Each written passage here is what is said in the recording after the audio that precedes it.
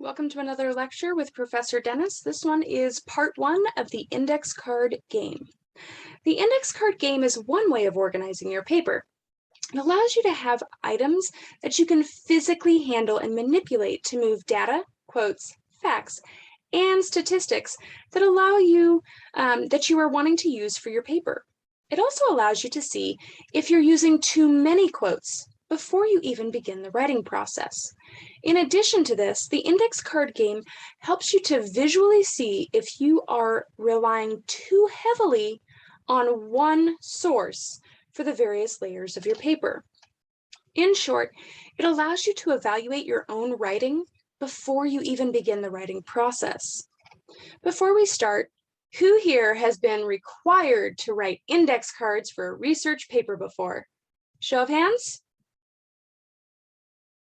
Oh, that's right.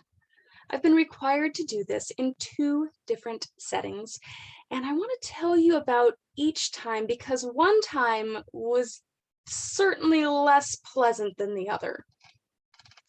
Maybe you can relate to this. My first research project, I was assigned index cards.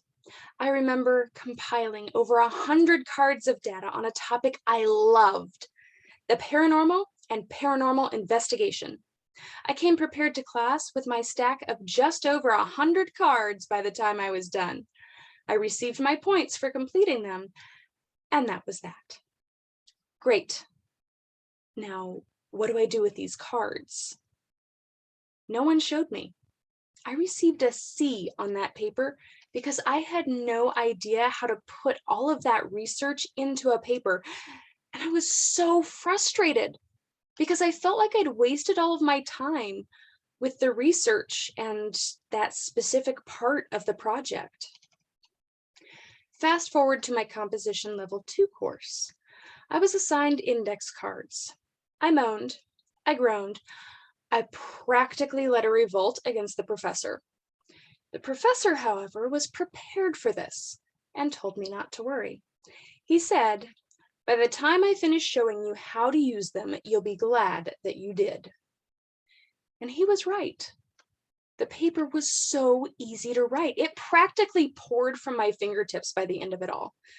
That paper received an A+.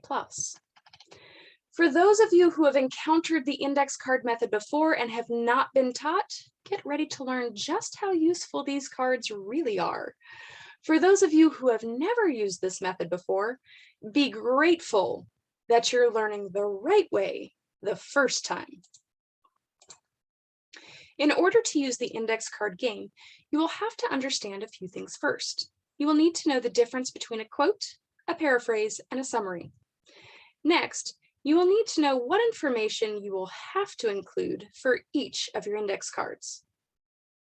Finally, after all of that is completed, you will need to see how this game is played. Quotes, paraphrases, and summaries are how you present the data you collect while you are researching. Each one is valuable to your research, and each one has a place in your paper, with an in-text citation, of course. The quote is an exact word for word from the source. These should be used sparingly. I like to tell my students to use only the best quotes, only the ones that they just could not find another way to word. I recommend having one key quote per subtopic. That's a good rule of thumb that will help to ensure you're not overquoting. Why do I caution about overquoting? Because I once had a student who did a masterful job of synthesizing her sources. She had plenty of support for her final paper. However, she had a 74% on her similarity report. Why so high? Because she used all quotes to support her stance. She cited all of her sources with correct in-text citations, but it was still 74% quotes. I would like you to avoid this pitfall by limiting the amount of quotes you use. Strongly evaluate each quote to decide if you really need that wording or if you can change it to a summary or a paraphrase for the same effect. I have a little bit of a grammar mini embedded into this lesson.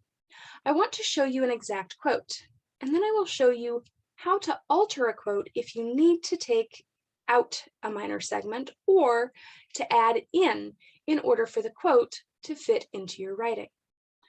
The first example is our original quote. The second sample took out one word and a comma. This is noted through the use of an ellipses. This signals to your reader that something was taken out. Because of the in-text citation, your reader can go back to the original piece in order to check the original quote for comparisons and to make sure that you didn't delete something that was important to the context of the piece. The next area of punctuation you should know when it comes to quotes is the brackets. Brackets are used when you want to add information in for clarity. It signals to your reader that you added that content. It is not in the original, which they will see if they decide to go through the source that you used and check your quote. The practice of adding information is common when you have a quote that references a person, but the person is not named. Your reader would need to know who is being talked about in order to understand their importance. I recall one student who had an incredible quote that fully supported their stance, but the only reference made to the person was, "she said." The student needed to add the name Hillary Clinton in order for the statement to make sense to the reader.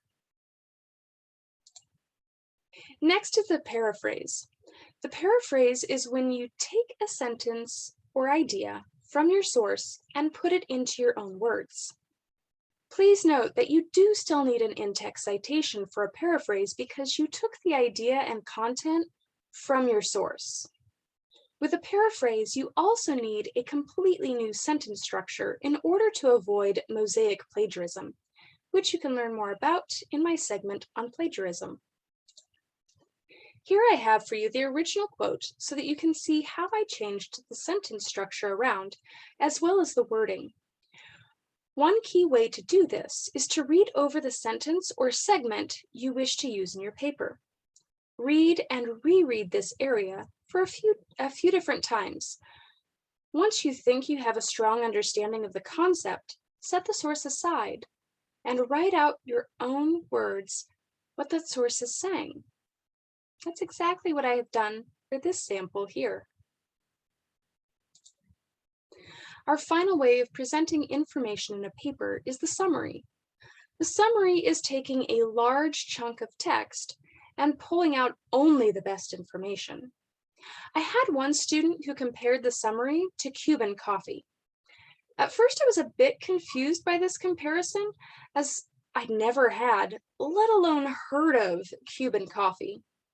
He told me that Cuban coffee takes out all of the impurities and leaves only the best, most caffeinated part of the beverage in a tiny cup that would easily fit into the palm of your hand. He told me that this coffee is so condensed that it would leave you wide awake for a good 18 hours. I have yet to find a better explanation of what a summary is. It really is Cuban coffee. It takes only the most important pieces of data, which might span from a whole paragraph to a whole page, and it wraps it up tightly into a small package that's condensed and rich with information. I have for you here a sample summary. You can see that it spans the length of a whole paragraph. For my paper, I don't want to take up that much space because I don't need this exact wording, but I do love the concept. It's one that I want to incorporate into my paper. So instead, I've summarized the information that I need to present my point. The smaller segment is my Cuban coffee. I would like now to show you what you need to include on each of your index cards. I have for you a Word template that you can download and use. Students find this to be a big time saver when it comes to prepping for the paper because they can simply copy and paste what they have on the cards into their paper when they're ready for it. That's not to say that you can't use normal index cards. if you so choose. I do have plenty of students who prefer to handwrite everything first. Each student is different, so the method you use for this form of organization might differ as well. No matter which format you decide to use, the information you place on each card will be the same. You will need to include the author's last name, the book or article title you retrieved the information from, the page number you found the information on, the information itself, and either a Q, P, or an S in the bottom corner. Each piece of information is important for the various uses you'll find for this form of organization. So be sure that you do include everything when you make your cards.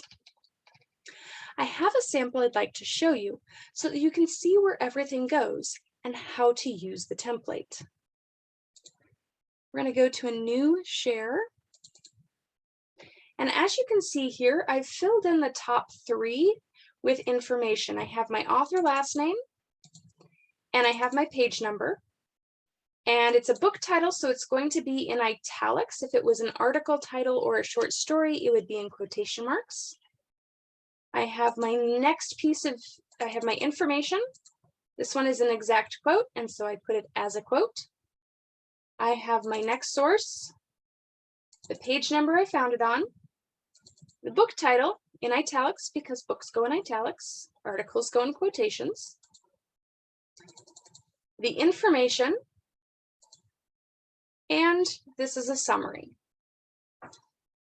Finally, last piece, author last name, page numbers, book title in italics, articles go in quotations, and my information, and this is also a summary. And I have all 3 books right here, but now I don't have to dig through them because I have that information nice and simplified on my screen, and those 3 little boxes are a lot easier to work through than this. Let's go back.